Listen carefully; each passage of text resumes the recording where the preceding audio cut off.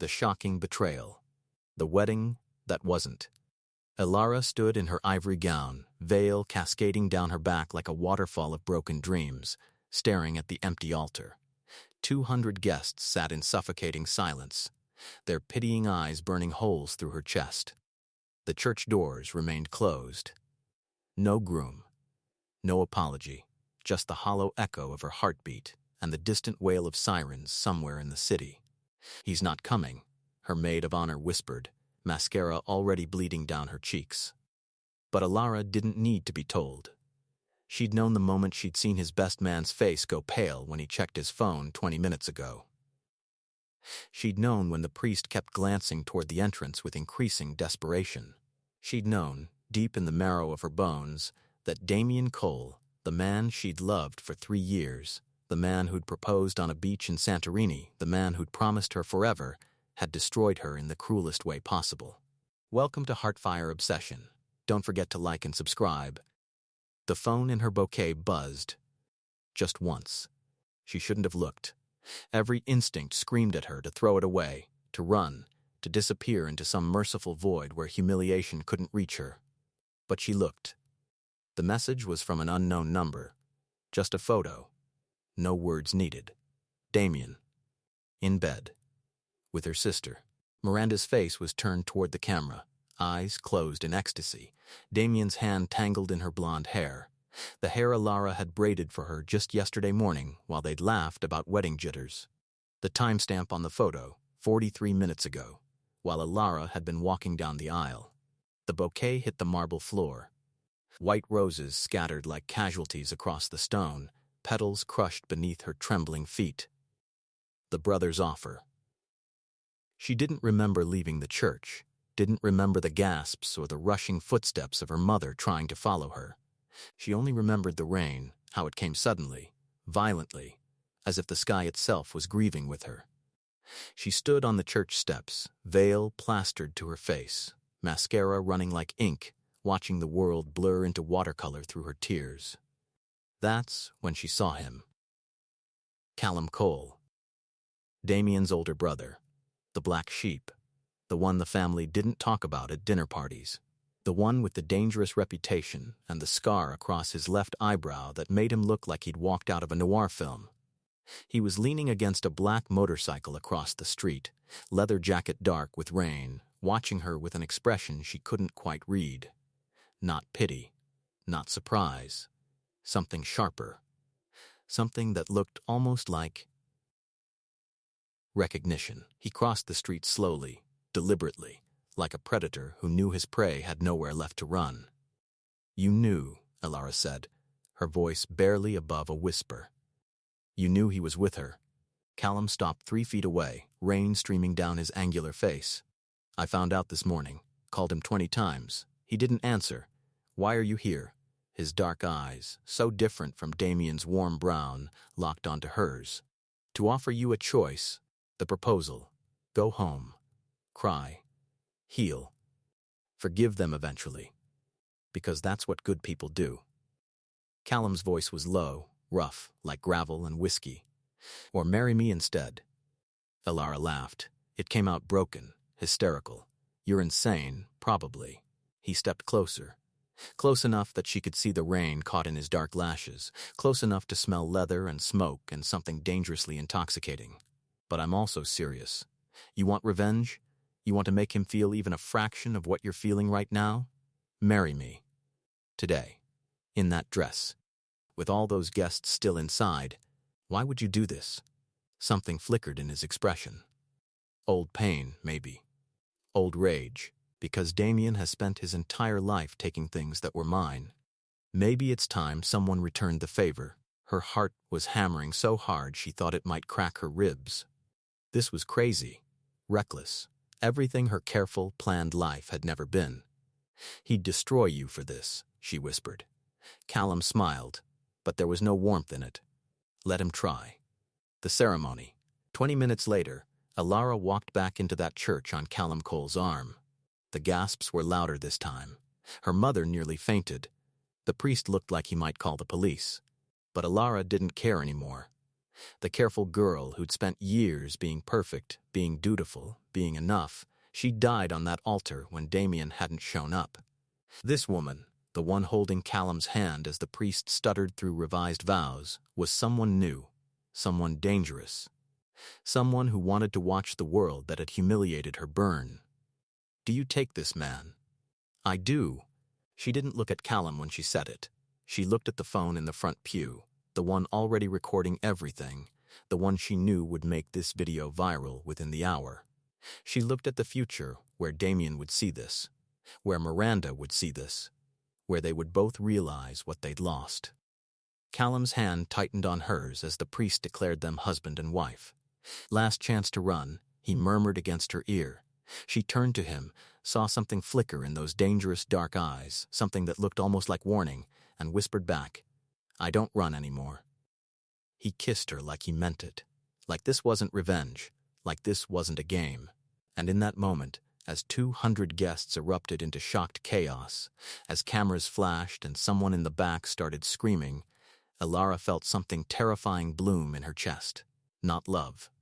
Not yet. But the promise of it. The threat of it. The message.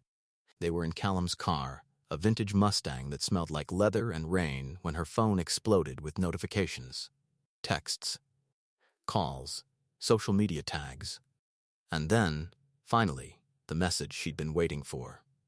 "Damien, what the fuck did you just do?" She stared at the words, feeling nothing. Feeling everything. Feeling like she'd just jumped off a cliff and wasn't sure if there was water below or rocks. Callum glanced at her phone, then at her face. Regrets already? No. She deleted Damien's message without responding. Drive. Where? She met his eyes in the rearview mirror. Dark. Dangerous. Nothing like his brother's. Anywhere but here. As they pulled away from the church, tires squealing on wet pavement, Elara caught one last glimpse of the wedding that should have been hers. Of the life that should have been hers. And she didn't feel sad. She felt alive. But 3 blocks away, sitting in a rented car with Miranda crying hysterically in the passenger seat, Damien Cole watched the video of his brother kissing his bride. And for the first time in his entitled, careless life, he felt something close to fear. Because he knew his brother, knew what Callum was capable of when someone took something he wanted. And as he watched Elara's expression in that video, the way she'd looked at Callum right before the kiss, the way something had shifted in her eyes, Damien realized with cold, creeping dread. He hadn't just lost her. He'd given her to the one person who knew exactly how to destroy him. What happens when revenge becomes something else entirely? When the brother you married to hurt someone, starts to make your heart race for real? To be continued. Heartbreak and revenge. The honeymoon suite. The penthouse suite overlooked the city like a kingdom of broken glass and neon promises. Floor-to-ceiling windows framed downtown Seattle's skyline, rain streaking down like the tears Elara refused to shed anymore. She'd cried enough. Now it was time for something else. "This is where you live?" She turned from the window to find Callum leaning against the doorframe, still in his wedding suit, tie loosened, looking like sin personified. "One of the places." He crossed to the bar, poured 2 glasses of amber liquid without asking if she wanted one. "Damien doesn't know about it. He thinks I'm still living in that apartment in Capitol Hill. You have secrets from your brother." Elara. Callum handed her a glass, his fingers brushing hers in a way that sent electricity up her arm. "I'm made entirely of secrets from my brother." She took a long drink, felt the whiskey burn down her throat, warming the cold places Damien had left behind. "Tell me one." The truth he never told. Callum studied her for a long moment, something shifting behind those dark eyes. Then he set his glass down and rolled up his left sleeve, revealing a tattoo she'd never seen before, because Damien had always kept her away from Callum at family gatherings, always made excuses about why his brother couldn't come to dinners. The tattoo was a date. 7 years ago. "What happened?" Elara whispered. "I was engaged once." His voice was flat, emotionless. but she could see the muscle jumping in his jaw. Her name was Sophie. We were young, 22, but we were sure. You know that kind of sure? The kind that makes you stupid? Elara's throat tightened. Yes. Wedding was planned. Dress was bought. Future was bright. He picked up his glass again, drained it in one swallow. Then, Damien decided he wanted her. The words hung in the air like poison. He didn't just take her, Callum continued, his voice dropping to something dangerous. He made me watch. Slowly. Deliberately. Every family dinner, every event, he'd flirt with her. Touch her. Make jokes I was supposed to laugh at. And she? His smile was bitter. She fell for it. For him. For the golden boy who could do no wrong. Elara felt sick. She left you? 2 weeks before the wedding, with a note. She couldn't even tell me to my face. He poured another drink but didn't drink it. They were together for 6 months. Then he got bored and moved on. But by then, I was already gone. Cut ties with the family. Built my own life. Swore I'd never let him take anything from me again. Until today, Callum's eyes met hers, and the intensity in them stole her breath. Until today. But here's the thing, Elara. I didn't marry you just for revenge. The confession. Then why? Her voice came out barely a whisper. He crossed to her, so close she had to tilt her head back to maintain eye contact. Because I've been in love with you for 2 years. Since the first time Damien brought you to a family dinner and you argued with my father about his racist comments at the table. Since you stood up and walked out, and Damien ran after you apologizing for his difficult family. Elara's heart stopped. That's not. You can't. I stayed away because you were his. Because despite everything, I have lines I don't cross. But the moment he crossed that line with your sister, the moment he destroyed you the way Sophie destroyed me, Callum's hand came up to cup her face, thumb brushing away a tear she hadn't realized had fallen. All bets were off. This is insane. But she didn't pull away. Couldn't pull away. You don't even know me. I know you're stronger than you think. I know you bite your bottom lip when you're nervous. I know you volunteer at that animal shelter every Saturday, even though you're allergic to cats. I know you deserved so much better than my brother ever gave you. His other hand came up, framing her face, and Elara felt like she was drowning. This was supposed to be revenge, she whispered. It still is. His forehead touched hers, breath warm against her lips. But maybe it can be something else too. The call. Callum's phone shattered the moment. He pulled back, jaw tight as he glanced at the screen. It's him. Don't answer. But Callum smiled, that dangerous smile that made him look like a wolf, and hit speakerphone. Little brother. Congrats on your wedding day, Damien's voice came through sharp with rage. You son of a bitch. You think this is funny? You think stealing your fiancé? Callum's voice dropped to ice. The one you left standing at the altar while you fucked her sister? That fiancé? Silence. Then it was a mistake. I was going to explain. Save it. Callum's eyes never left Elara's face. She's mine now. Legally. Morally. And in every other way that matters. She'll never love you. She'll always compare you to me. Good. Callum's smile sharpened. Then she'll realize what she was missing. Tell me, Damien, does Miranda know you've called me 5 times in the last hour? Or is she still under the impression you actually cared about her? The line went dead. The choice. He's going to make this ugly, Elara said quietly. He's going to try to destroy us. Let him try. Callum set the phone down, turned back to her. But I need to know something first. Are you here because you want revenge? Or because some part of you wants to see if this, he gestured between them, is real? Elara looked at this man she'd just married. This stranger who wasn't a stranger, who'd watched her for 2 years, who'd loved her from a distance, who'd waited until the moment she was free to offer her an impossible choice. I don't know, she admitted. I don't know what I want anymore. Everything I thought I knew just shattered.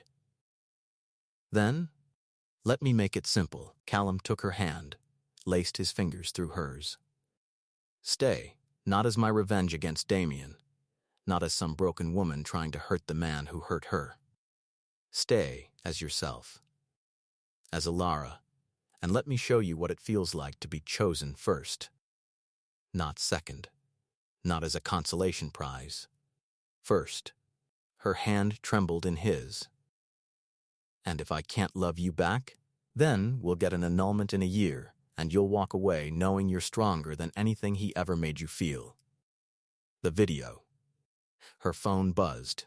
A text from an unknown number. Another photo. This time it was Miranda, at her apartment, packing, crying. And Damien. Damien was nowhere in the frame. The second photo came through. Damien, at a bar, with another woman, his hand on her thigh. Miranda's tearful goodbye text visible on his phone screen on the bar. The third photo, a note. Thought you'd want to see who you're really fighting over. He left her 30 minutes after you drove away. Some men never change, some brothers do. A friend. Alara stared at the photos, feeling something crack open in her chest. Not heartbreak, not anymore. Clarity. He's already moved on, she whispered, showing Callum the photos. Miranda's alone, and he's being exactly who he's always been. Callum's voice was gentle now, the dangerous edge gone. The question is, are you going to waste your life hurting over a man who was never worthy of you? Or are you going to live? The kiss. She looked up at him, this man who'd confessed impossible things, who'd offered her impossible choices, who'd looked at her like she was worth saving, and she kissed him. Not for revenge, not for show, not because cameras were watching or because Damien would see. She kissed him because for the first time in 3 years. Because when he deepened the kiss with a groan that sounded like surrender, she felt something inside her chest that wasn't broken anymore.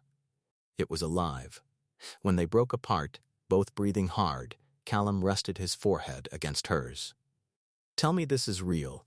Tell me you're not just using me to hurt him. I don't know what this is, Alara admitted, her hands fisting in his shirt, but I know I want to find out. That's enough. He kissed her again, softer this time. That's more than enough. The warning. But across town, in a penthouse that matched Callum's floor by floor, someone else was watching. Not Damien. Someone who'd been in the shadows for far longer. Victoria Cole, Damien and Callum's mother, sat in her study watching the wedding video for the 10th time, a glass of wine in her manicured hand and a smile on her carefully maintained face that would have frozen hell itself. "Oh, Callum," she murmured to the screen. "You always were too emotional. Too reckless, just like your father before he learned better." She picked up her phone, scrolled through her contacts, stopped on a name she hadn't called in years. "It's time," she said when the line picked up. "My sons are at war, and only one of them can win. Make sure it's the right one." She hung up, took another sip of wine, and smiled at the city below. Because in the Cole family, love was never just love. It was leverage, and Alara had just become the most valuable piece on the board. She thought marrying Callum was the revenge. She had no idea the real game was just beginning. To be continued. The ultimate payback. The morning after. Alara woke to sunlight streaming through floor-to-ceiling windows and an empty bed. For one horrible moment, panic seized her chest. Had this all been some elaborate humiliation? Had Callum used her and disappeared? Then she heard it. Guitar chords, soft and melancholic, drifting from somewhere in the penthouse. She found him on the balcony, barefoot in low-slung jeans and nothing else, an acoustic guitar resting against his chest. The Seattle skyline stretched behind him like a promise, and he looked, God, he looked like everything Damien had never been. Real, raw, unpolished. "You play," she said softly, wrapping the silk robe she'd found tighter around herself. Callum's fingers stilled on the strings. He turned, and the expression on his face when he saw her, vulnerable, almost shy, made her chest ache. "It's how I think. How I process." "Were you processing me?" His smile was crooked. "Still am." She crossed to him, and he set the guitar aside immediately, pulling her between his legs as he sat on the balcony chair. His hands settled on her waist like they belonged there, and she let herself lean into him, breathing in the scent of his skin, coffee and cedar, and something uniquely him. "We need to talk about what happens next," she said quietly. "I know. The plan." They talked for hours, about the marriage, about Damien, about what revenge really meant and whether they wanted to pursue it or let it go. Callum made coffee. Elara ordered breakfast from a place that delivered gourmet pastries. They sat at his kitchen island like a real couple having real conversations, and it felt both surreal and more authentic than anything she'd shared with Damien. "My mother's going to make a move," Callum said finally, his expression dark. "She always does when family drama erupts. She'll see you as a threat to Damien's reputation, which means a threat to the family name. What can she do?" "We're already married, Elara." He took her hand, laced their fingers together. "My mother didn't build a real estate empire worth $2 billion by playing nice. She'll dig up dirt, manufacture scandals. She'll make you radioactive in Seattle society if that's what it takes to protect her golden son." "Let her try." Callum's eyes softened. "You say that now, but when she starts targeting your career, your family, your friends, then we fight back." Elara leaned forward, fire in her chest. "I'm done being the victim in other people's stories, Callum. I'm done letting the Coles dictate my life. If your mother wants war, she'll get it." He studied her for a long moment, something like pride flickering across his face. "You know what? I think you might actually be the first person who's ever challenged her and lived to tell about it. Guess I'll be making history then." The confrontation, the knock on the door, came at noon. Sharp, imperious, the kind of knock that demanded obedience. Callum's jaw tightened. "That'll be her. How did she know where?" Elara started, then stopped. "Of course. She's Victoria Cole. She knows everything. Stay here. I'll handle—" "No." Elara stood, straightening her spine. "We handle this together. That's what marriage means, right? Even fake revenge marriages." Callum's eyes darkened with something that looked like desire, but he just nodded and followed her to the door. Victoria Cole stood in the hallway like a queen surveying conquered territory. She was immaculate in a cream Chanel suit, her silver hair swept into an elegant chignon, diamonds glittering at her throat and ears. She looked at Elara the way someone might examine a particularly disappointing piece of art. "Miss Bennett," she said coolly. "Or should I say Mrs. Cole, though I suspect that title won't last long." "Victoria." Callum's voice was glacial. "You weren't invited. I'm your mother. I don't need an invitation." She swept past them into the penthouse, her critical gaze cataloging every detail. "This is where you've been hiding? How very bohemian." The ultimatum. Victoria turned to face them, and Elara saw immediately where both brothers had gotten their intensity. This woman was a force of nature contained in designer clothing and perfect posture. "Let me be clear," Victoria said, settling into Callum's leather armchair like a throne. "This marriage is an embarrassment to the Cole family. Damien made a mistake, yes, a significant one, but airing family dirty laundry in such a public, vulgar manner reflects poorly on all of us." "Damien fucked his fiancée's sister on his wedding day," Callum said flatly. "I think he did the airing himself." Victoria's expression didn't change. "Damien will make a public apology. The family will issue a statement about temporary insanity or some such thing. The media will move on. But this," she gestured between Callum and Elara, "this vindictive little stunt needs to end. Quietly. Quickly. Before it does permanent damage, no," Elara said. Victoria's eyes snapped to her. "Excuse me?" "I said no." Elara moved to stand beside Callum, their shoulders touching. "Your son humiliated me in front of 200 people. He betrayed me with my own sister. He doesn't get to walk away with a slap on the wrist and a PR statement while I'm supposed to disappear quietly. You clearly don't understand how this family works, dear. You clearly don't understand that I'm not afraid of you." The secret, something flickered in Victoria's expression. Surprise, maybe, or respect. She leaned back in the chair, reassessing. "You have fire. I can see why Callum was attracted to you." Her gaze shifted to her son. "But fire burns out, darling. And when it does, what will you have left? Another failed relationship? Another woman who realizes you're nothing but your brother's shadow?" "That's enough," Callum growled, but Victoria wasn't finished. "Did he tell you why he really left the family 7 years ago?" Victoria's smile was cruel. "Did he tell you it wasn't just about Sophie? That there was another reason he ran? Elara felt Callum tense beside her. Mother. Oh, you didn't tell her. Victoria's laugh was like breaking glass. How delicious. Shall I? Or will you?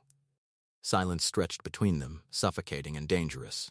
Finally, Callum spoke, his voice rough. I left because I found out my father wasn't my biological father, that my mother, he looked at Victoria with something between hatred and pain, had an affair with someone inconvenient, someone poor, someone who didn't fit the Cole dynasty narrative. Elara's hand found his, squeezed tight. I'm a bastard, Callum continued.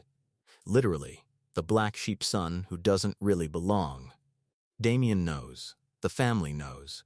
It's why he's always been the golden child and I've always been the disappointment. And yet, Victoria said softly, you carry the Cole name. You benefit from the Cole wealth. You use the Cole connections when it suits you. Don't play the victim, Callum. It's unbecoming. The choice that changes everything. You're right, Callum said suddenly, and both women turned to stare at him. I do benefit from this family, from the name, from the wealth. He pulled out his phone, made a call. David, it's Callum Cole. I want to file paperwork. Yes, today. I'm renouncing my inheritance, all of it. Legal name change, too, back to my biological father's name. He paused. No, I'm sure. Do it. He hung up, and the silence in the room was deafening. Victoria stood slowly, her composure finally cracking. You don't know what you're doing. You're angry. You're being reckless. I'm being free. Callum's voice was steady now, certain. You've used that inheritance as a leash my entire life. Well, I'm done. Keep your money. Keep your empire.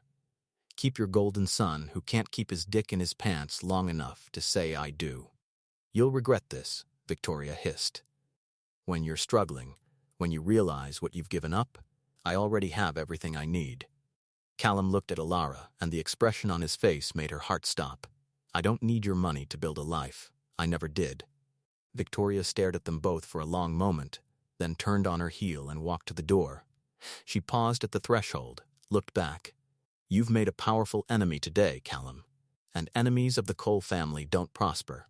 Neither do the Coles, he replied. Not anymore. The door closed with a soft click that somehow sounded like a gunshot. The aftermath. Elara turned to Callum, her hands shaking. You just gave up billions of dollars. For what? For revenge? For me? For myself. He pulled her close, forehead resting against hers. I should have done it years ago. But I was a coward. I let them make me feel less than. Let them use money as proof of worth. But you, his hands cupped her face, you showed me what real strength looks like. Standing at that altar. Walking away from Damien. Choosing to fight instead of fold. Callum, I love you. The words came out raw, honest, terrifying. Not because you're revenge against my brother. Not because you're convenient or available. I love you because you're you, fierce and broken and brave as hell. And if you can't love me back, if this marriage is just about hurting Damien, then tell me now. Because I just gave up everything for you, and I need to know if I'm doing this alone. The truth she'd been hiding. Elara looked at this man, this beautiful, damaged, impossibly brave man, and felt something crack open in her chest. Not her heart breaking, her heart healing. I'm terrified, she whispered. I'm terrified that this is real, that I'm falling for you, that I've been falling since you offered me that choice at the church. Tears streamed down her face now, hot and unstoppable. I'm terrified that Damien broke me so badly I'll never know if what I feel is real or just relief that someone chose me first. Then, let's be terrified together. Callum's thumbs brushed away her tears. Let's build something real out of this revenge plot. Let's take this fake marriage and make it so fucking authentic it scares us both. What if we fail? Then, we fail. But at least we'll have failed trying to be happy instead of succeeding at being miserable. She kissed him then. Not like last night, not desperate and seeking. This kiss was soft. A promise. A beginning.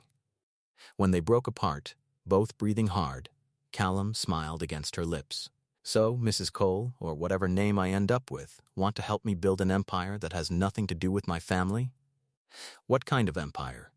The kind where we're happy, where we choose each other every day, where we prove that love isn't about money or status or revenge.